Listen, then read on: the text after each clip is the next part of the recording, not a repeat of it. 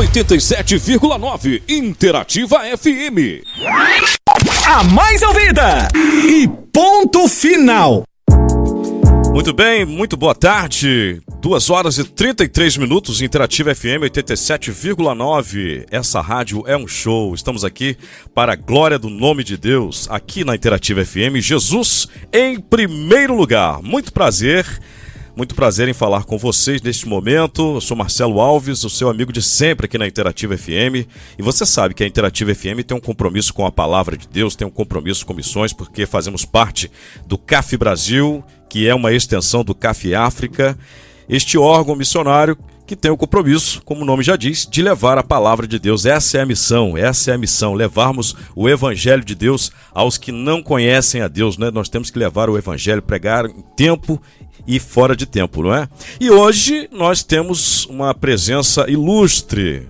Temos aqui presente conosco em nossos estúdios o pastor Silas Tostes, que é presidente da Missão Antioquia. Pastor Silas Tostes, muito bem, seja muito bem-vindo, pastor. Muito obrigado, o prazer é meu. Pois é, a Missão Antioquia que o missionário Roberto Fernandes e a sua esposa Simone fazem parte também, né? E tem toda uma ligação aí com esse projeto que o missionário Roberto faz parte. Eles fazem parte, né? O missionário Roberto e sua esposa Simone. O pastor que é presidente da Missão Antioquia também escreveu 3 livros, não é? E os livros dele são especialista em islamismo, e os livros são Islamismo e a Trindade, Islamismo e a Cruz de Cristo, e Jihad e o Reino de Deus. 3 livros com títulos bem interessantes. Exatamente. Eu escrevi esses livros porque no Brasil, a partir dos anos 70, houve assim um crescimento de um movimento missionário. Só temos crentes no Brasil hoje porque missionários vieram da Europa, Estados Unidos, dos países ocidentais e trouxeram o evangelho. A Assembleia de Deus foi fundada por suecos. Sim. A igreja congregacional por um médico escocês e muitas outras igrejas por americanos. Presbiteriana do Brasil por americanos. Então nós só somos crentes hoje porque por volta do século XIX, 1800 e pouco, os missionários vieram implantar igrejas e falar que Jesus é o único caminho para Deus. Bom, a partir de 1970 passa a ter um movimento missionário no Brasil, daqui a pouco eu posso explicar isso um pouco melhor. E entre a necessidade de falar de Jesus e a necessidade de levar dos muçulmanos compreenderem que Jesus é o único caminho, a verdade e a vida. Mas existem muitas diferenças doutrinárias entre o cristianismo e o islamismo. O islamismo nega a divindade de Jesus, a trindade, a autoridade da Bíblia, a crucificação de Jesus. Aí eu descobri que os missionários brasileiros precisavam ter uma ideia dessas diferenças doutrinárias, o porquê que o muçulmano pensa muito diferente. Ele tinha que estar informado para não ficar confundido na hora de evangelizar por haver tantas diferenças doutrinárias. Então os livros vão, na verdade, prepará-los para não ficar confundidos. Sim. Assim como muitas vezes os evangélicos, ao conversar com algumas igrejas que diferem muito das doutrinas, por exemplo, os Testemunhas de Jeová também negam a divindade de Jesus, a trindade, e divergem um pouco da nossa Bíblia em alguns textos em que eles traduziram diferente. Então a conversa com o Testemunho de Jeová, com o muçulmano, exige um certo conhecimento doutrinário antes, para que no processo de evangelizar a pessoa não fique confusa, em vez de ganhar alguém para Jesus, ele passa para o outro lado. Então esse é o propósito do livro. O livro não ensina a evangelizar muçulmanos. Eu particularmente acredito muito pouco em métodos de evangelismo, esse jeito de evangelizar. Evangelizar é simples no livro de Atos. Eles anunciavam: Jesus que vocês mataram, Deus o ressuscitou, ele está vivo. Foi ele que curou, ele que está curando, ele que vai curar, ele que perdoa, ele que salva. Então eles falavam claramente da pessoa e da obra de Jesus sem metodologia. Falavam o apóstolo Paulo, quantas vezes no livro de Atos ele levanta e fala: olha, eu estava indo para o caminho de Damasco, eu ouvi uma voz, eu vi uma luz, eu caí. Ele contava o testemunho, ele não entrou numa escola de método de evangelismo. Nem teológica, né? Exatamente. Então, evangelizar é falar de Jesus. falar de Jesus. Porém, no processo de falar de Jesus, para pessoas de ideias bem antagônicas, nós não podemos estar tão despreparados no nosso conhecimento doutrinário que a gente se torna aí pessoas confusas. Então, o propósito dos livros é que a Força Missionária Brasileira possa ler, eu até distribuo de graça por PDF e tal, não estou nem preocupado com dinheiro, de tal maneira que as pessoas leem, ao ler, vão saber do que vão encontrar lá na frente. Eles são mais endurecidos? São. Todo mundo que tem ideias antagonistas em relação à pessoa de Jesus, à obra, à Bíblia, são mais fechadas. Mas não significa que não se converte. O Jesus vivo está operando aí, quando Deus toca, Deus toca. Por isso há muitos testemunhos de também muçulmanos que tiveram encontro real e pessoal com Jesus. O propósito dos livros é esse, não foi nem ganhar dinheiro, não são livros nem fáceis de ler, porque tem comparação doutrinárias, é bem analítico, é mais para quem vai sair do ponto A, cultura brasileira, para o ponto B, cultura islâmica nas suas muitas diversidades. É um livro que ensina as diferenças para estarem preparados, não ensina ódio contra muçulmano, porque o Senhor falou para amar o próximo. Claro. Não importa em que tipo de convicção ele esteja, o comportamento que esteja, amar o próximo e compartilhar de nossa fé, mas para isso temos que estar preparados. Uma boa sugestão de leitura, então, né? Vou até repetir o nome dos livros aqui. Islamismo e a Trindade. Foi o primeiro, né? Sim. Depois, Islamismo e a Cruz de Cristo. E Jihad e o Reino de Deus. Eu posso mandar depois pro WhatsApp aqui da rádio, e quem pedir pode e-book? Vai ser, tá em PDF, né? É PDF. Tá em PDF. A pessoa imprime, né? Porque é mais fácil de ler impresso. Eu sou um que já quero ler. Não, vou mandar para você. Você me dá o WhatsApp, eu mando para você, fica com você, você disponibiliza onde você quiser. Muito bom. Que bom, hein? De graça, pessoal. Olha só. Pois é, né? Isso aí é muito bom. Pastor, o senhor falou algo que é interessante. Não é uma metodologia para ensinar a evangelizar, mas é um conhecimento que a pessoa tem que ter para como lidar com esse tipo de pessoas, né? Que tem antagonistas, né? Antagonistas. Que tem ideias convictas de que Jesus não é Deus. Sim. A palavra do Senhor deixa bem claro, né? Ele é verdadeiramente Deus. Ele é um com o Pai, com o Espírito Santo na Trindade. O Trino Deus criou todas as coisas. Por isso que João 1 começa assim. No princípio era o verbo. Lá no grego é a palavra palavra. No princípio era a palavra, porque Jesus é a expressão máxima da revelação de Deus na história, da comunicação. No princípio era o verbo estava com Deus, uma pessoa distinta, estava e era Deus, porque ele tem natureza divina. A palavra do Senhor deixa claro que existe só uma natureza divina, e nessa natureza divina tem três pessoas distintas, inseparáveis e indivisíveis. Por isso que em João 1,3 diz, falando de Jesus no singular, apesar que ele é um com o Pai e o Espírito na Trindade, criou todas as coisas e sem ele nada se fez. Por meio dele todas as coisas foram feitas. Exatamente, por isso que João 1 também vai falar, criou o mundo e o mundo não o conheceu.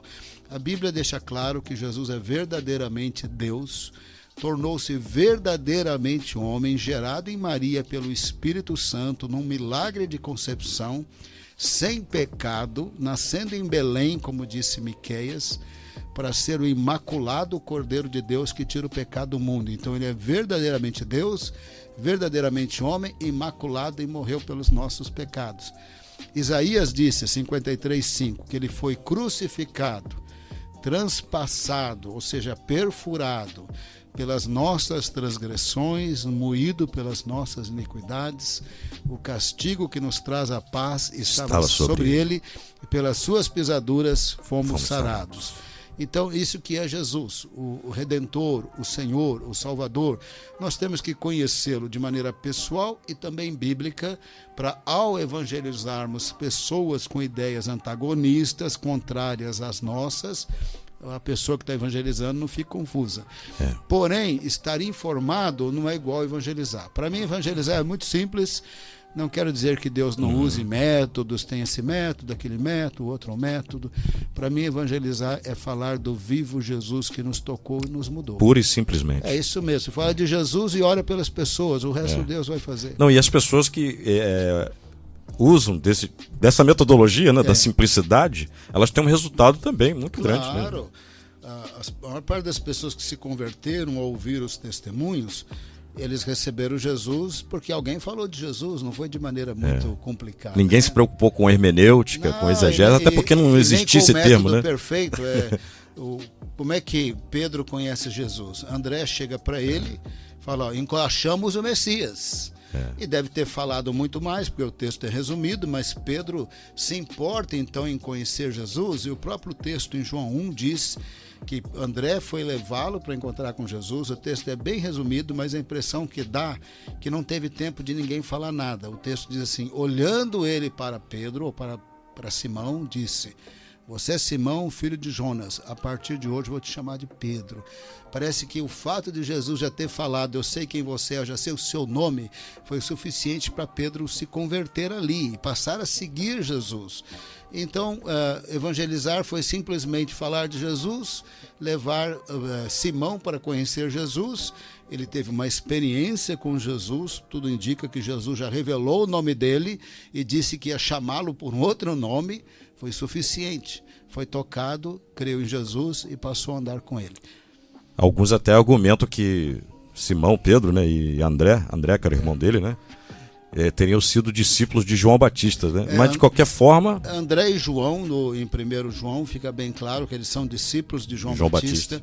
A gente não sabe se eles são discípulos de 10 dias, de 20 dias, de 3 meses, 8 meses. Mas eles são chamados discípulos no início do Evangelho de João. Mas, de qualquer forma, também na simplicidade. Então, porque o senhor falou algo aí interessante no início da conversa. Ao invés de essas pessoas que vão levar o evangelho e não terem esse conhecimento, é perigoso, ao invés de elas serem assimiladas, elas assimilarem aquele meio, né? Porque isso é um perigo. Porque nós vemos hoje em dia, as pessoas argumentam o seguinte, olha, nós temos que nos fazer de fracos para ganhar os fracos. Mas não significa que eu tenho que me tornar como aquelas pessoas. Eu tenho que ter métodos, estratégias, sim, tudo isso é respeitado, né? Nós temos que fazer além do que nós somos mandados, lógico, mas temos que ter esse cuidado, porque às vezes a gente não sabe nem como dar a introdução. Exatamente. Bom, o que o apóstolo Paulo estava falando é sobre remover barreiras culturais. A gente não pode mudar o evangelho. Isso aí. O evangelho, a boa nova, pré-anunciada pelos profetas, é Jesus, o Messias que viria.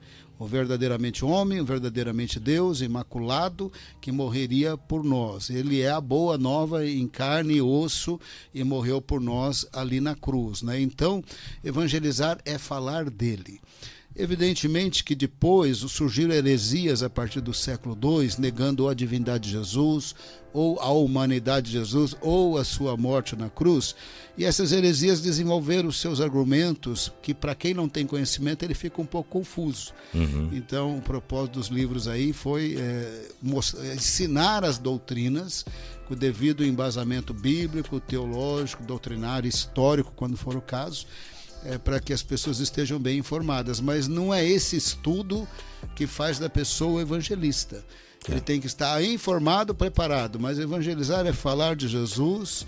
Quem sabe ele tem uma vida pessoal mais íntima com Deus, para que o Espírito Santo entre em ação, né? Jesus disse, se permanecerem na minha palavra, verdadeiramente são meus discípulos.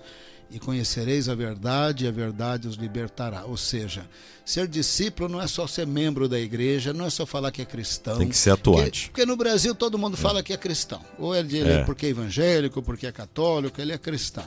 Mas Jesus disse que o discípulo é o que permanece na palavra. Então precisa ser apresentado a Jesus, segundo a informação bíblica, recebê-lo como Senhor e Salvador, arrependendo-se dos seus pecados, e também procurar ler a Bíblia e ser bem discipulado, porque o discípulo conhece Jesus e anda com ele, permanecendo nas suas palavras. E o maior anseio do discípulo é ser igual ao seu mestre. Exatamente. Que é Jesus, né? E a gente vai aprender, né, que a gente vai ser igual a Jesus por causa da graça de Deus, por causa do perdão de pecados que há em Jesus e a ajuda do Espírito Santo. Não tem ninguém que vai ser igual a Jesus porque é melhorzinho, mais santo, mais merecedor. A gente procura ser, mas ninguém chega... Mas reconhecendo que não somos e que com a graça de Deus, o Espírito Santo, vamos melhorar.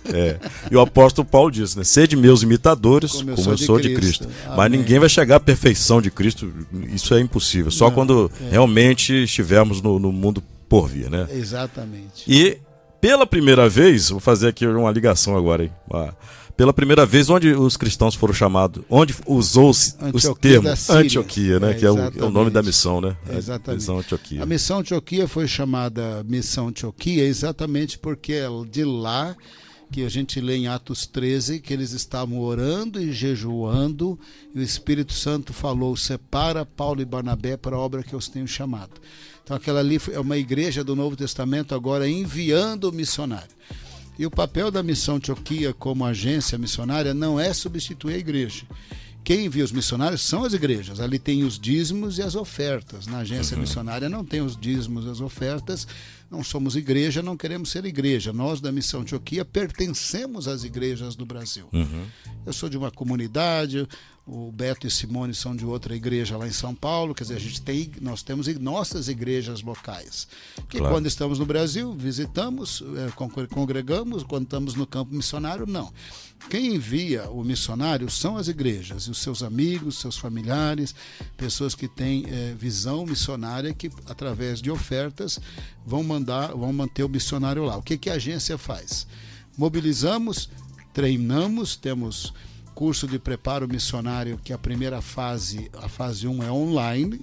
Se ele realmente vier a ser um missionário conosco, mas recomendado pela igreja ou pelas igrejas, enviado pelas igrejas, ele vai para uma fase de 6 semanas lá na nossa sede, depois mais 6 semanas de trabalho prático entre refugiados aqui no Brasil, e correndo tudo bem, aí ele vai para um campo mais definitivo ou um outro campo da América Latina intermediário. A agência ela tem a especialidade para treinar, mobilizar, enviar e cuidar a serviço das igrejas, não substituindo as igrejas. São os pastores que mandam os alunos para nós.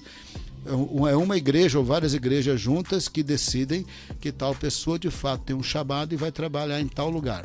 E assim foi com Roberto e Simone. Eles foram treinados por nós na missão Antioquia, foram orientados por nós, foram enviados para o campo intermediário da Bolívia, por fim chegaram em Burkina Faso. Todo esse processo tinha orientação. Mas a parte financeira mesmo veio das igrejas enviadoras de Joinville. Há uma igreja que era bem compromissado com eles e outros que ajudaram, né? Nosso papel foi mobilizar, treinar, enviar e cuidar. E no processo eles foram amadurecendo. Desde o curso ali presencial, depois essa experiência na Bolívia, os primeiros 2 anos em Burkina Faso, onde tinham que aprender a língua e a cultura. Foi a partir do 3º ano de Burkina Faso é que o CAF é fundado, hoje com inúmeros projetos, e também projeto aqui no Brasil. É uma maravilha de ver a obra de Deus através do CAF e a quantidade de pessoas que encontraram Jesus naquele país, sendo de um fundo cultural religioso muito diferente aqui do nosso. O nosso é um cristianismo histórico, né? Os portugueses chegaram, fizeram uma missa, tinha uma cruz lá, o sacerdote fez a cerimônia, a liturgia e tal, mas lá é bem diferente. Mas naquele bem diferente há muitos testemunhos de conversão, mudança de vida, porque Jesus continua o mesmo ontem, hoje e sempre, né? E é muito importante essa questão de... nós estávamos conversando aqui em off, né? Foi a primeira missão interdenominacional. Isso aí. Evidentemente que lá pelos anos 20, os batistas enviaram missionários. Começou ali em 1920, Sim. A Igreja Batista, lá em Salvador. Começou a querer começar aqui em Americana, Santa Bárbara, aqui do Oeste, em São Paulo, mas aí eles foram para Salvador e a Igreja Batista, de fato, começou na Bahia. Depois, mas enviou missionários logo do comecinho, os presbiterianos, a Assembleia de Deus, mas não havia um movimento missionário forte no Brasil. Nos anos 70, no comecinho da década de 70, estimava-se que no Brasil tinha 16 milhões de evangélicos, mas tinham 100 missionários no campo missionário talvez 300, 400, mas ninguém tinha a estatística mesmo, né? Passa a ter um movimento missionário a partir de 1975, a Missão Antioquia é fundada em 76, ainda nos anos 70, logo depois da Missão Antioquia, vem a Missão UEC Brasil, que era a antiga Missão Amém, vem a Jocum, vem o navio Doulos da OM, da Operação Mobilização, e a partir daí há um pool de organizações falando que o Brasil tinha que enviar missionários. Nos anos 80, essa consciência cresce, passa a ter conferências missionárias por todo o Brasil. Em São Paulo teve um grande congresso chamado Comiban em 1987, com líderes evangélicos de toda a América Latina, financiado e bem ajudado pela Associação Billy Graham, falando que agora era a hora do sul do mundo enviar missionários. Quem enviava missionário? O norte, a Europa e Estados Unidos. É sul do mundo, mas considerado ocidental, Austrália e Nova Zelândia, que também enviavam missionários, mas América Latina, África e Ásia, em termos gerais, não. Tinha mais crentes no sul do mundo do que no norte, muito industrializado, pós-cristão, pós-modernismo, né? Cada vez mais ateu, e eles falaram, agora vocês têm que enviar missionários. Aí surgiu a Missão Antioquia em 1976, a primeira agência interdenominacional. Vai surgindo também na África, Nigéria, Coreia do Sul. Hoje o sul do mundo envia bem mais missionários que o norte. Força Missionária do Sul é infinitamente maior do que o número de missionários europeus ou americanos ou ocidentais. Mudou então o quadro, né? Mudou o quadro de 1970 a 2022. E o mundo está cada vez mais evangelizado porque o sul do mundo está enviando missionários. E o Brasil? O Brasil estima-se que hoje, é difícil ter uma estatística perfeita, mas a Associação de Missões Transculturais Brasileiras, há uns 5 anos atrás, fez uma pesquisa. Estima-se em torno de 15 mil missionários. Veja que se nós formos 50 milhões aí, de evangélicos, 10 milhões seria, 10% seria 5 milhões. 1% de 5 milhões tinha que ser aí uns 500 mil. Então, 15 mil não é nada, não é nem 1%. É muito pouco. É muito pouco. Mas, por outro lado, você vai ter nos 15 mil pessoas como Roberto e Simone, muitos outros, fazendo uma diferença Faz grande. muita diferença. Mesmo que não seja um número grande, mas em relação a 1970, de 100 missionários, 300 ou 400, você tem 15 mil hoje. Lembrando que nos anos 80 teve inflação alta, muita crise econômica. Hoje o clima econômico, social no Brasil não está muito fácil. Mas foi no meio das crises que a igreja cresceu no livro de Atos. E foi no meio de perseguições que os reformados, por fim, enviaram missionários aqui para a América Latina, né? Então, no meio das confusões que Deus está fazendo a sua obra, o reino do Senhor cresce como semente de mostarda e vai ter a sua plenitude na segunda vinda de Jesus. Bom, alguém teve que se oferecer, né? O eis-me aqui, para o evangelho chegar até nós, chegar até o Senhor, né?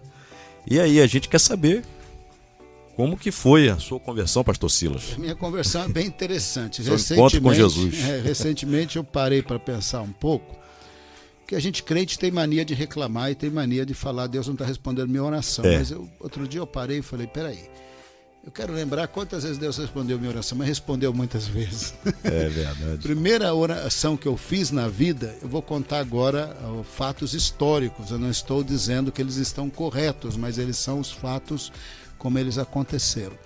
Com 12 anos eu orei pela primeira vez e orei desta maneira. Eu vou dizer a maneira porque é um fato histórico. Eu não estou dizendo que é aconselhável, mas foi como eu orei. Foi a maneira. É um fato histórico.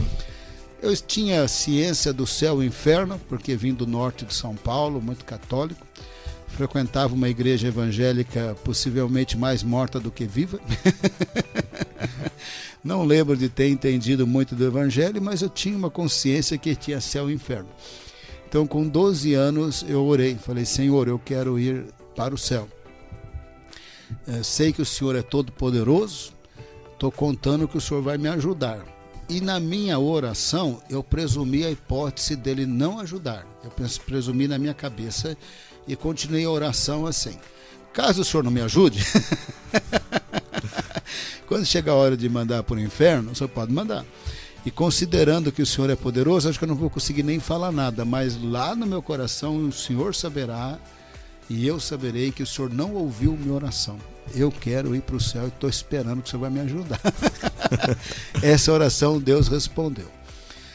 Eu era muito teimoso. Ousado também, né? Era muito teimoso, mas era 12 anos, oração de 12 anos, mas foi para valer. Eu queria ir para o céu e estava contando que esse poderoso ia me ajudar. Aí eu passei a ser levado para acampamentos evangélicos. Eu fui evangelizado nos acampamentos, mas eu era muito tímido. Os evangélicos gostam de fazer apelo, de levantar a mão e ir para frente, mas quando você é muito, muito tímido... Isso é terrível. É difícil levantar a mão, e eu não ia. Não fui no primeiro acampamento, não fui no segundo, não fui no terceiro. No terceiro acampamento, agora eu tinha 14 anos. Eu tinha orado pela primeira vez com 12 anos. Quando terminou o acampamento, que foi um pouquinho depois, a gente já estava com as malas prontas, um pouquinho depois de uma palavra evangelística, que eu tinha que levantar a mão e ir à frente, mas não conseguia levantar, não fui. Quase que fui, mas não fui. Aí, enquanto eu pegava minhas malas, já estava indo para a linha do trem e tal, eu podia dizer assim, tem uma coisa ao meu redor. E eu tive um diálogo 6 horas com Deus. Porque eu dizia assim, puxa, eu não recebi Jesus, mas também não vou receber agora, porque eu não vou ficar mais velho. Eu senti algo ao meu redor que me fazia saber que eu tinha que receber Jesus. Eu falei, está acontecendo um negócio meio diferente. Mas eu continuava falando para mim mesmo que eu não ia receber Jesus e sentindo uma coisa ao meu redor. Tudo isso mental, tudo isso sentindo no coração. 3 horas se passaram. E eu, de repente, me deu uma luz que não era uma coisa, era Deus. Eu posso dizer para você que continuou por mais 3 horas, tentando, então 6 horas no total, tentando convencer a Deus que eu não ia receber Jesus. E agora eu vinha voltando para casa daquele acampamento, eu estava num ônibus muito cheio, e de repente eu falei para mim, eu não aguento mais, Deus está falando para eu receber Jesus, eu estou 6 horas falando que não. Eu não aguento mais, eu vou receber Jesus. Preste bem atenção no que eu estou falando. Eu não tinha orado recebendo Jesus. Eu decidi receber Jesus. Sim. Nessas 6 horas teimando com Deus numa conversa mental. Mental. Quando eu disse eu vou receber Jesus, meu coração mudou. Entrou uma medida de alegria e uma convicção e um desespero. Agora é para receber. Agora eu pude teimar 6 horas... Depois que eu falei para Deus, eu vou receber, mas não tinha recebido ainda, veio essa alegria e agora veio um desespero, recebe. Eu era muito tímido, estava dentro de um ônibus cheio. Não via a hora mais de receber Jesus, eu queria receber Jesus. Falei, Senhor, mas aqui no ônibus cheio também não, porque eu era muito tímido. Quando a porta abriu, eu havia combinado com o Senhor na minha mente, enquanto eu falava com Ele, que eu ia descer do ônibus orando. Eu desci do ônibus recebendo Jesus como meu Senhor, o meu Salvador. Aquela alegria explodiu. Durante 2 dias eu me senti flutuando. Posteriormente eu tive outras experiências sobrenaturais da presença de Deus, quando eu fui batizado no Espírito Santo e visitado inúmeras vezes pela presença de Deus. Sim. Deus respondeu a oração do menino de 12 anos, ele me ajudou a encontrar o caminho que é Jesus. Eu era muito medroso da morte. Eu costumo dizer que eu nasci com crise existencial. Eu morava no interior de São Paulo antes de mudar. Entre 4 e 7 anos eu morei na cidade de Sertãozinho, que é bem do lado ali de Ribeirão Preto. E eu lembro que entre 5 a 7 anos, se eu visse um cemitério, eu parava de brincar, porque eu tinha certeza que um dia eu envelhecer e morrer ia para o cemitério. Então eu tinha comigo uma crise existencial. O que acontece depois da morte? Sim. O dia que eu recebi Jesus como meu Senhor e Salvador, que o meu coração explodiu numa alegria, numa certeza que eu era do Senhor, que eu era salvo, que eu tinha vida eterna, eu fui curado de todo o pavor da morte. Saiu o medo.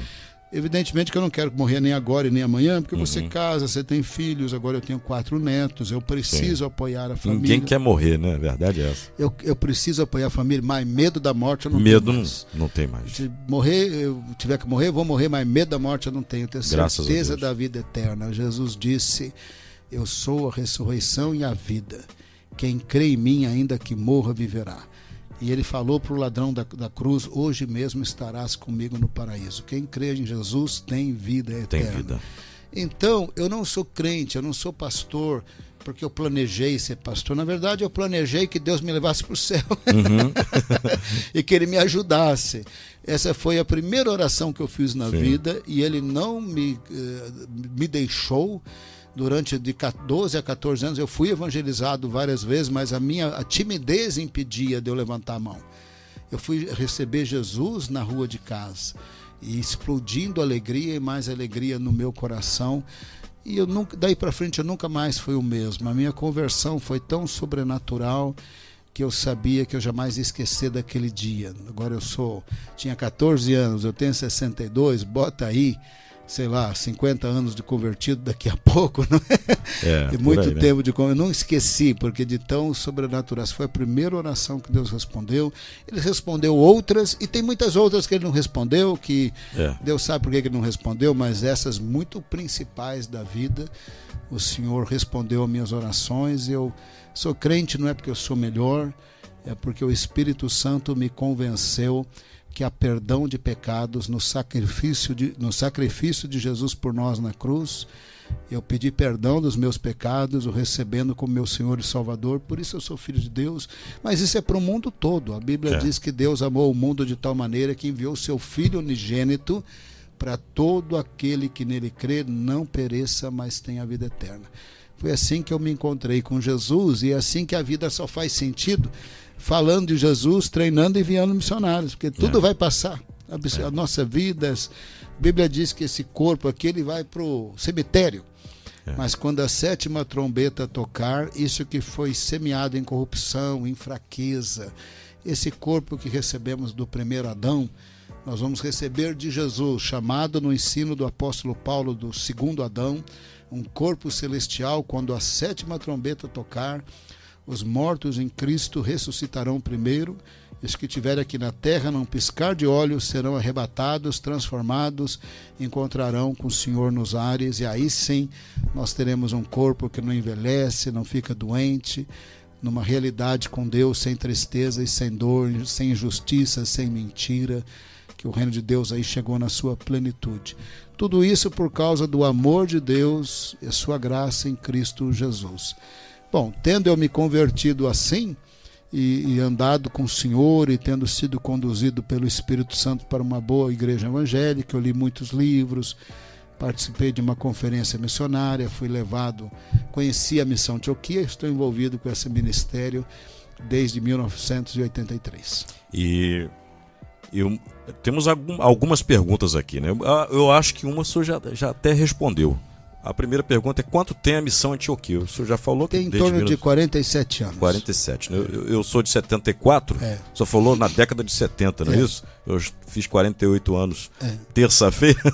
Ela começou em 75, então, começou em 75. E foi registrada no cartório em 76.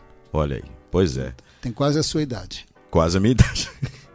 Como o senhor conheceu a Missão Antioquia, eu também acho que o senhor já respondeu, né? Eu estava numa igreja onde foi feita uma pequena conferência missionária, a 2ª conferência missionária da Missão Antioquia na cidade de São Paulo. Eu era adolescente na igreja, eu participei e fiquei com essa ideia de missões na cabeça, parece que a vida só fazia sentido me entregando para o Senhor e para o ministério. Toda a carreira que envolvia ficar rico, ganhar dinheiro, é legal você ter muito dinheiro, comprar uma casona, um barco, um jet ski, mas nada disso dava sentido para mim. Eu preferia 1000 vezes ser um pastor, ser um missionário, compartilhando a palavra, visitando pessoas, ou ajudando na evangelização. Não tem valor, né? Não tem preço. Ajudando na evangelização mundial do que propriamente num trabalho. Não tem nada de errado nesses trabalhos, mas a vida não fazia sentido se não fosse trabalhar para o Senhor e a sua obra. Assim como a vida já não fazia sentido sem conhecer Jesus. O que é que viria após a morte? Era a minha grande interrogação. Eu encontrei Jesus, agora eu sei que eu tenho vida eterna. Mas encontrando Jesus, nada mais fazia sentido que não fosse servi-lo e levar o mundo a conhecer o Senhor. Olha, o bate-papo tá muito bom, hein? Nossa, tá a gente muito não bom. vê o tempo passar, como o tempo voa. Bom, vou logo para as perguntas, pastor. O chamado missionário é para todos? Olha, o chamado de ser testemunha, e recebereis poder ao descer sobre vocês o Espírito Santo, sereis minhas testemunhas, é para todo mundo. Perfeito. O chamado para ser santo como Deus é santo, pela graça de Deus, com a ajuda do Espírito Santo, Jesus perdoa os nossos pecados e pelo poder do Espírito podemos ser libertos de tudo, de vícios, de droga, de bebida, de temperamento ruim. Só que tem que orar e tem que pedir. Senhor, essa é a minha área ruim aqui, eu quero transformação no poder do Espírito Santo. Então, receber poder do Espírito, ser transformado pelo Espírito, perdão de pecados porque Jesus morreu por nós, isso é para todo mundo, isso é testemunha para todo mundo. No contexto que o crente lê a Bíblia, ora, pede ajuda do Senhor, anda com Deus, é envolvido na sua igreja local, Deus poderá separar alguns para essas áreas menos evangelizadas do mundo. Não é todo mundo que vai para outra cultura, sim, mas se ele vier a ser chamado e vai, é porque ele anda com Deus aqui, ele é bênção aqui na cultura dele, na igreja dele. E se ele não vai lá para o outro campo, ele no mínimo é chamado para ser testemunha na sua cultura. Se ele vier a ser um missionário em outra cultura, é porque primeiro ele é uma testemunha na sua cultura, lendo a Bíblia, orando, envolvido na sua igreja, e Deus vai falar e Deus vai fazer milagres. E Deus vai direcionar, se é para os islâmicos, se é para a África. E se ele não for para outra cultura, no mínimo ele tem que ser santo, cheio do Espírito Santo e ganhar pessoas para Jesus no Brasil. Mas é nesse contexto que Deus vai dirigir. Às vezes a pessoa não está nem andando com Deus, está andando em pecado e está falando que não tem chamado. Primeiro você anda com Deus e vê se Deus vai te chamar ou não. Mas no mínimo, ser santo, cheio do Espírito Santo, evangelizar no Brasil é para todo mundo. Com certeza. E uma pergunta que eu tenho aqui, eu creio também que de certa forma já até foi respondida essa pergunta. Havendo tanta necessidade no Brasil, por que enviar pessoas para outra cultura? Porque Jesus é o único caminho para Deus. Nós só temos 50 milhões de evangélicos no Brasil porque missionários vieram e começaram as igrejas. Há lugares do mundo que hoje os 50 milhões de evangélicos podem enviar não só 15 mil, mas quem sabe 30 mil. 40 mil, 50 mil missionários brasileiros para as áreas menos evangelizadas do mundo. Por quê? Porque só Jesus salva. Por isso que o apóstolo Paulo fala em Romanos 10, quem invocar o Senhor será salvo. Mas como invocarão aquele que não creram? Como crerão se nunca ouviram? Como ouvirão se não forem enviados? Como ouvirão se não há quem pregue? E como pregarão se não forem enviados? Então, a pessoa para crer em Jesus, alguém tem que falar, o Espírito Santo convence. Lembra que eu orei, mas eu estive num acampamento, eu fui evangelizado, o Espírito Santo me convence, eu tenho esse diálogo com Deus 6 horas, aí eu recebo Jesus e meu coração invadido com alegria. Alguém falou de Jesus. Alguém falou não de foi Jesus. Pelo método tradicional de ir à frente, levantar a mão, exatamente. Mas recebeu Jesus. Alguém falou, eu fui convencido e recebi na rua de casa. Com certeza. Amém. Perfeito. E não tem cor, classe social. Não, é para todo mundo. Deus amou o mundo. Amou o mundo, independente da cultura, da etnia. Perfeito, perfeito. Quem pode se envolver? Todos os crentes. A gente pode se envolver com informações, orando, contribuindo, sendo bom crente na família, na igreja local, e quem sabe Deus vai te chamar para o campo missionário. A obra de Deus, nós temos vários ministérios, né, dentro do corpo de Cristo. Né? Sim. O apóstolo Paulo falou sobre isso. Uns são chamados para doutores, mestres, enfim. E com certeza cada um no seu papel, mas a missão também ela é exercida. Até quem louva, até quem está no ministério de música, ela faz missões. O principal, fazer para Deus e trabalhar para Deus é importante, mas antes temos que ser crente. Onde quer que nós formos, nós temos que refletir a paz de Cristo e a presença de Deus. Tem que dar testemunho, né? Às vezes a pessoa não está falando muito, mas ele reflete Deus. Exatamente. E aí ele começa, as pessoas são tocadas só dele chegar no ambiente. Isso. Mas às vezes a pessoa quer fazer muito, quer falar muito, mas ele não está transbordando da presença de Deus, né? É verdade. E tem pessoas que fazem questão de não serem notadas. Agente secreto de Deus, não existe isso. Exatamente. Não pode ser assim. Exatamente. Eu estou correndo aqui, pastor, porque realmente o tempo já está se esgotando. Que pena. É obrigatório treinamento? Olha, eu diria que é fundamental. Não é obrigatório, porque se a pessoa quiser ir embora sem treinamento, ele não vai, ele vai sem treinamento. Muitas pessoas subestimam o choque que ele terá como adulto, ter que estudar uma língua, falar com muitos erros e sotaque até ficar bom.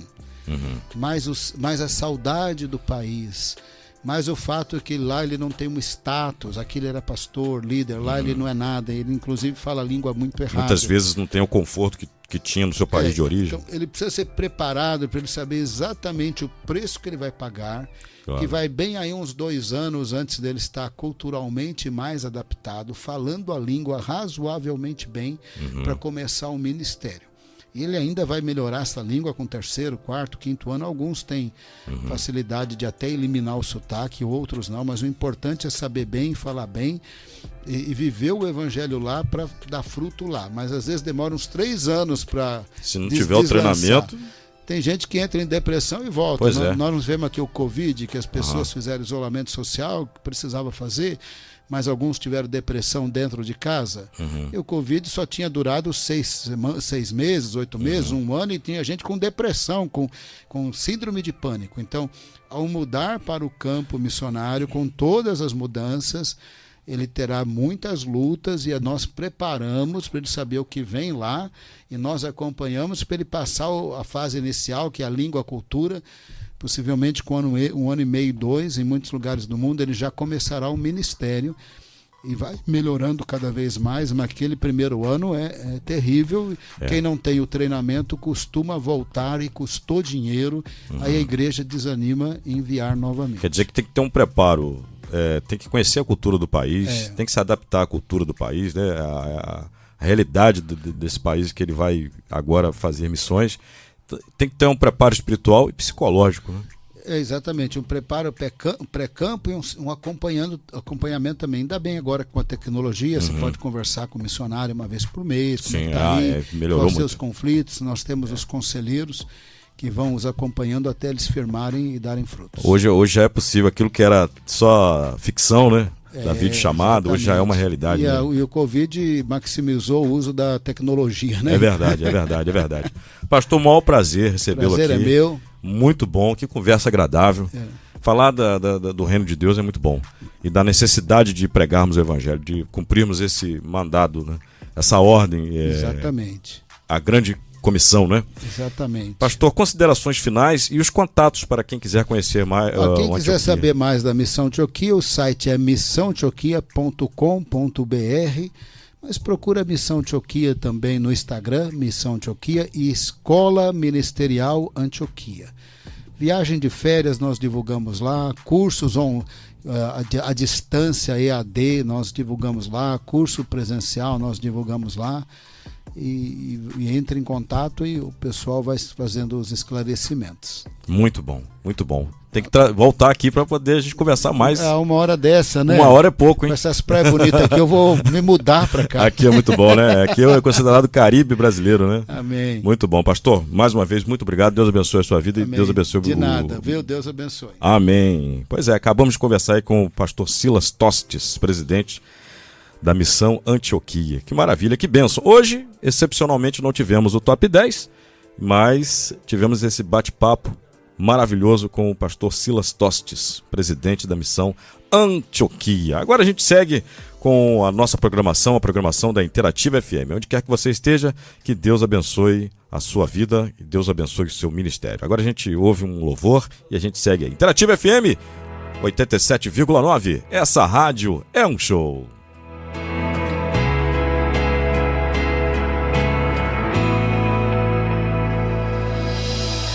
Com entender, foi incrível como Ele me libertou, transformou meu coração, encontrou-me, livrou-me, abriu o mar pra eu passar. Ó Yahvé, Deus é quem luta por mim e a vitória conquistou. Aleluia, aleluia. Ele fez o mar se abrir, pelas águas me guiar. guiou. Aleluia, aleluia.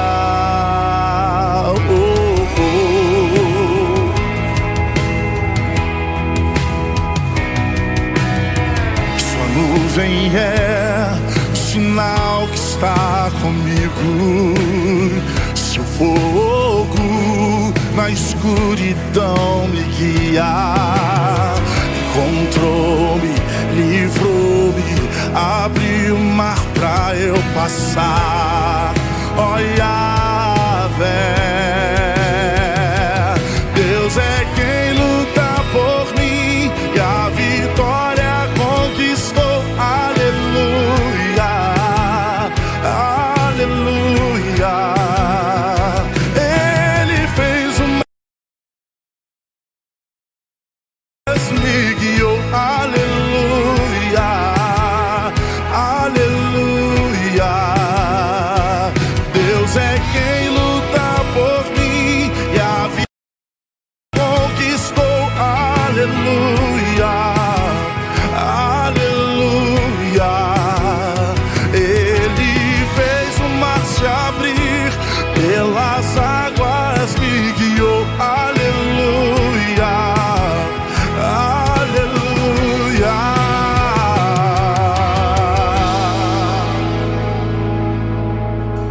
Toda honra e toda glória ao Deus libertador. Ele nos livrou do Egito, da prisão eterna, e com mão forte nos tirou das garras de Satanás. Esse é o nosso Deus, por isso nos alegramos e celebramos nele. Entrou no meu Egito, tomou-me pela mão, e na terra prometida eu posso habitar. Jamais vou me esquecer e pra sempre vou cantar que a morte foi vencida no poder do seu amor. Entrou no meu Egito, tomou-me pela mão, e na terra prometida eu posso habitar. Jamais vou me esquecer e pra sempre vou cantar que a morte foi vencida no poder do seu amor. Deus é quem luta por mim e a vitória conquistou. Aleluia, aleluia. Ele fez o mar se abrir, pelas águas me guiou. Aleluia, aleluia. Você crê? Cante, cante ao Senhor. Deus é quem luta por mim e a vitória conquistou. Aleluia, aleluia. Ele fez o mar se abrir, pelas águas me guiou. Aleluia, aleluia, aleluia. Vamos nos alegrar para todos sempre e sempre, na presença daquele que nos libertou. Somos seus, Senhor, seus. Entrou no meu Egito, tomou-me pela mão, na terra prometida eu posso habitar. Jamais vou me esquecer, pra sempre vou cantar que a morte foi vencida no poder do seu amor. Entrou no meu Egito, tomou-me pela mão, e na terra prometida eu posso habitar. Jamais vou me esquecer, pra sempre vamos cantar, pra todo sempre, que a morte foi vencida no poder do seu amor.